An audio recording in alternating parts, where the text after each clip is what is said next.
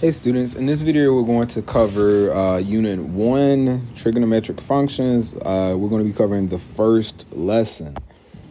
Alright, so our outline is, you can see this, important part is that we have a test on February 15th. And our first lesson again is angles and arc length.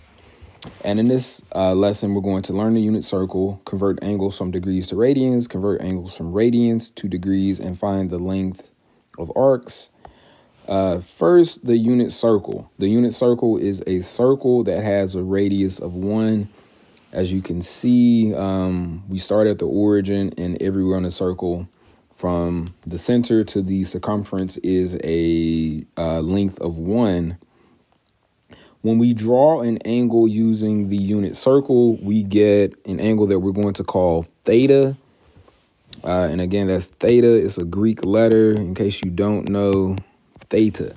Theta is an angle whose x-coordinate is the cosine of theta, and its y-coordinate is the sine of theta. We'll talk more about those trig functions in our next lesson. But right now, any point on the unit circle has an x-coordinate of cosine theta and a y-coordinate of sine theta. All right, here's a quick check for you. Pause the video and answer accordingly. All right, so the radius of the unit circle, you should have gotten 1. The y-coordinate for a point on the unit circle should be sine theta, and the x-coordinate for a point on the unit circle should be cosine theta. Next is we have an angle, and when we draw angles, an angle is just the amount of rotation between the initial side of an angle and the terminal side, and all angles make an interior angle of theta and an exterior angle of theta minus 360 times -1. So like, assume this angle is, we'll say it's negative 105 degrees based on how we have it drawn. So negative 105 degrees. Then our angle that we get here is going to be, this other angle that we get is going to be 360 minus 105, which is 255. But then we multiply by -1. So we get 255 degrees. So the angles are going to have different signs, but ignoring signs add up to be 360. By convention, when we draw angles, undo that. By convention, when we draw angles, what just happened here? Oh, I messed that up. Let's go back.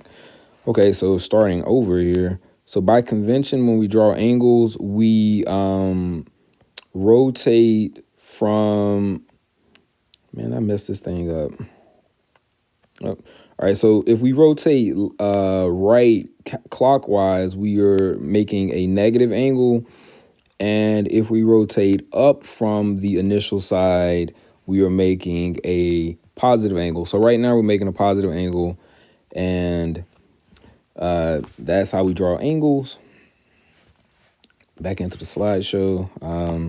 All right, so quick angle review is acute angles are angles that are between 0 and 90 degrees. Obtuse angles are between, we're going to say 90 is less than theta, which is less than 180. For here, we're going to have theta is less than 90, but greater than 0. A right angle, obviously, is theta equals 90 degrees, and a straight angle is theta equals 180 degrees. So when we are drawing an angle, what we have right here is what we call a polar plot, and it's just going to be a circle that has a bunch of different angle values. In this case, we are incrementing by 15 degrees. And we just have to draw these angles. So we're going to say we're going to draw all of our angles on this second blue circle here.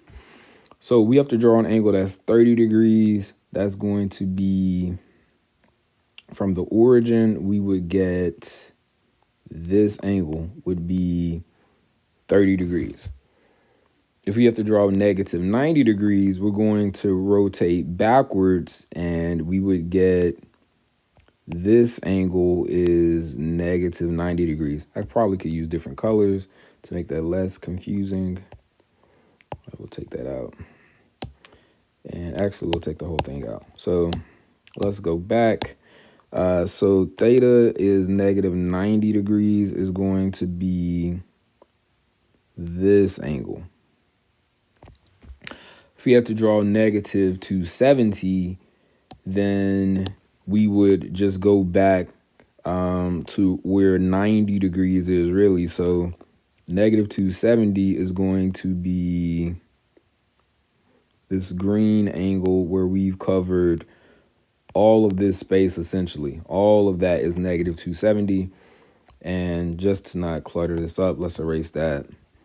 And then if we're drawing positive 300 degrees, we're going to be starting here, going around until we get to 300, which would be right here. All right, so that angle is 300 degrees.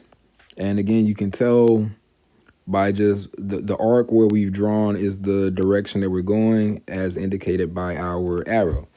So that's 300 degrees. So, and that's how we draw angles. Counterclockwise, positive, clockwise for negative. Quadrantal angles, they're angles whose terminal side falls on the x-axis or the y-axis. So our quadrantal angles are going to be 90, 180, 270, 360, and so forth, or negative 90, negative 180, negative 270, negative 360, and so forth. Coterminal angles are angles that have the same terminal side. The difference in those angles is going to be a multiple of 360 degrees. And later on, we're going to see that that is 2 pi radians instead. So a quick check here is that we need to find a positive angle that's coterminal with the given angle and a negative angle that's coterminal with the given angle. So the angle that we have drawn here is 135 degrees. So a positive coterminal angle is just going to be theta plus 360 degrees, which is going to be 135 degrees plus 360, which equals 495 degrees. So imagine we started here and we just, we went around the circle all the way again, then the angle that we're going to get is 495 degrees. Then a negative coterminal angle means that we just need to subtract 360 until we get a negative. So let's do this in a different color. Let's go with green. All right, so if we have theta minus 360 degrees, that's going to be 135 degrees minus 360 degrees, which is negative 225 degrees. So that means that to get a negative coterminal angle, we need to go the opposite direction. We're going to go this direction until we get back to, stay on that circle, until we get back to the terminal side.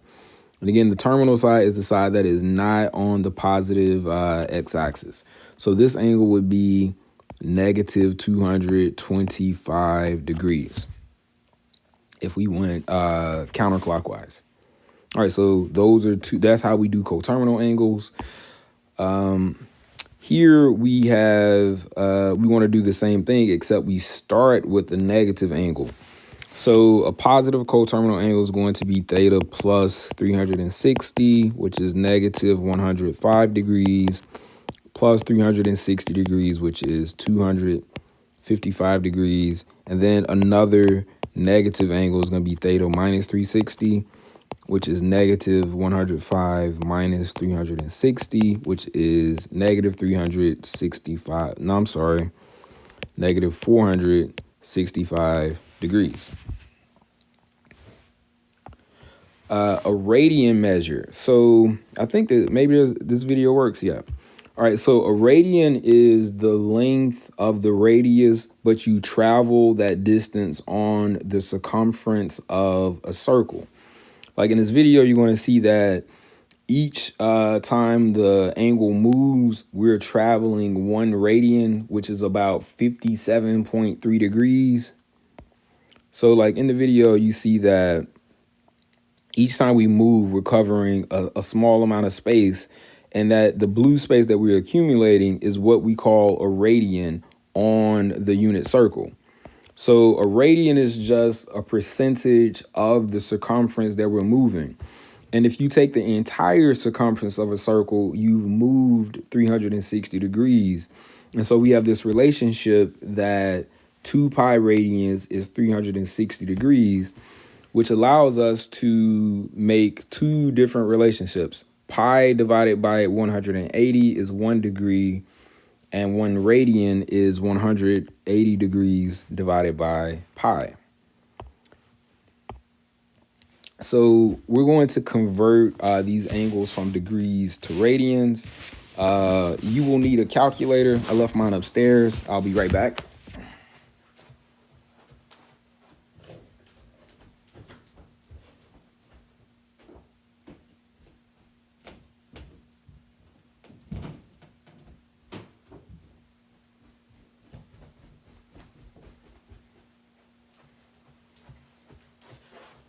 Okay, I'm back.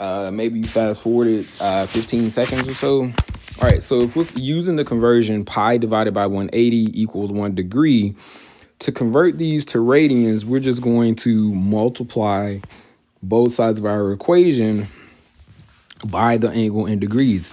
So 30 degrees is equal to 30 times pi divided by 180. And that's going to equal, so in a calculator, you want to leave this in terms of pi. So we're just going to do 30 divided by 180. And that's going to reduce or simplify to be a fraction that's 1/6. So we're going to get 1 pi over 6 is 30 degrees in radians. So 30 degrees is equal to pi over 6. Next, we have negative 95 degrees. And so that's going to be negative 95 times pi over 180.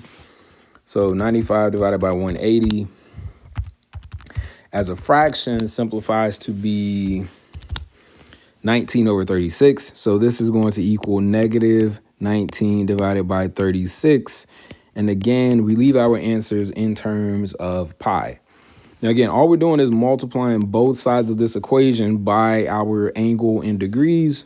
So for part C, 144 divided by 180 is, so it's going to be 144 pi divided by 180 degrees. And that's going to equal 0.8. So that's going to be 4 pi over 5. And negative 385 degrees is negative 385 divided by 180 is negative 77 pi divided by 36. Oh, I'm sorry. We were supposed to also write the quadrant of the terminal side. So the terminal side for 30 degrees is in quadrant 1. The terminal side for negative 95 degrees is in quadrant 3. The terminal side for 144 degrees is in quadrant 2. And the terminal side for negative 385 degrees. Remember, for negative 385, we would go all the way around and go back to wherever 25 degrees is. So that's going to be like right, that's 15, 30. So like right here. So that's going to be in quadrant 4. All right, so this is us converting from degrees to radians. Next, we're going to go backwards from radians to degrees. And again, we're just going to multiply both sides of the equation by the value we have in radians. So pi over 4 is going to be pi times 180 divided by 4. I'm sorry, start over, Mr. Martin. I just crossed it out. So we have pi over 4 times 180 divided by pi. Obviously, the pi's cancel, and we're going to get 45 degrees. For letter B, we're going to have negative 16 pi over 15 times 180 divided by pi. Again, the pi's cancel, and so you're just doing negative 16 times 180 divided by 15 is negative 192 degrees. For C, it's going to be 23 pi divided by 20 times 180 divided by pi, and that's going to be 23 times 180 divided by 20, which is 207 degrees, and 1.64. All right, so if we don't see a pi, it means the pi has just been done in the calculation. So we're just going to have 1.64 times 180 divided by pi, and we're going to round that to the nearest degree.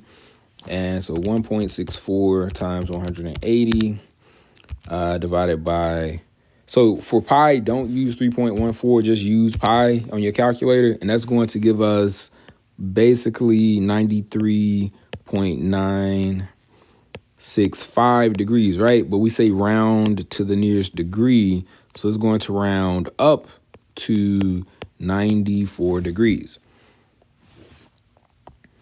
Finding two coterminal angles. So we have to find a positive and negative coterminal angle for each of these. So for angles in radians, we want to add 2 pi because 2 pi is equivalent to 360 degrees. So we're going to have pi over 4 plus 2 pi. And you know, for fractions, you have to get a common denominator. So that's going to be pi over 4 plus 8 pi over 4, which is 9 pi over 4. And then a negative coterminal angle is going to be pi over 4 minus 8 pi over 4, which is negative 7 pi over 4. We'll make a division here. For B, same thing. We're going to have negative 16 pi over 15 plus. So 2 pi is the equivalent of 30 pi over 15. So plus 30 pi over 15 is going to equal 14 pi over 15. A negative coterminal angle is going to be negative 16 pi divided by 15 minus 30 pi over 15, which is going to be negative 46 pi over 15. And for C, because we don't have a pi, we're just going to do 1.64 plus 2 pi, which is, I have no idea, 7.92. So 7.92 and 1.64 minus 2 pi is going to equal negative 4.64. So negative 4.64 for coterminal angles. Arc length. So back on slide 14, we saw that a radian is how far you travel on the unit on a unit circle. Because of that, a radian really is just a percentage of the proportion of the circumference that you have traveled, and the arc length is that distance. And so we're going to have this formula that S, which stands for arc length, is just the radius times the angle in radians. So S equals R theta is our first important formula. S equals R times theta. All right, so for this one, we have to find the length of the arc. I apologize for that noise. I'm in the basement recording. So this angle is 125 degrees. So this is 125 degrees. And the radius is 1, 2, 3, 4, 5, 6, 7, 8. So we go out to that 8th ring, so the radius is 8. So r equals 8, and theta is 125 degrees. So now the formula for arc length requires that theta is in radians. So 125 times pi divided by 180 is, I have no idea. So let's go with 25 over 36 times pi. So the arc length is it's r, which is 8, multiplied by theta, which is 25 over 36 times pi, which has a calculation. Let's see. So we have 8 times 25 times pi divided by 36 is 17.5 whatever units. So we're gonna just put units right now. We didn't have like inches or anything like that. So this is how we do arc length. You don't need a picture, you just need to know the angle and the radius. So for number 1, we have theta is 17 pi over 14 and r equals 11. So arc length is going to be 11 times 17 pi divided by 14. So 11 times 17 times pi divided by 14 is, it rounds up, is 41.96. We'd round that up to 42. And for number 2, first we need to convert theta to radians.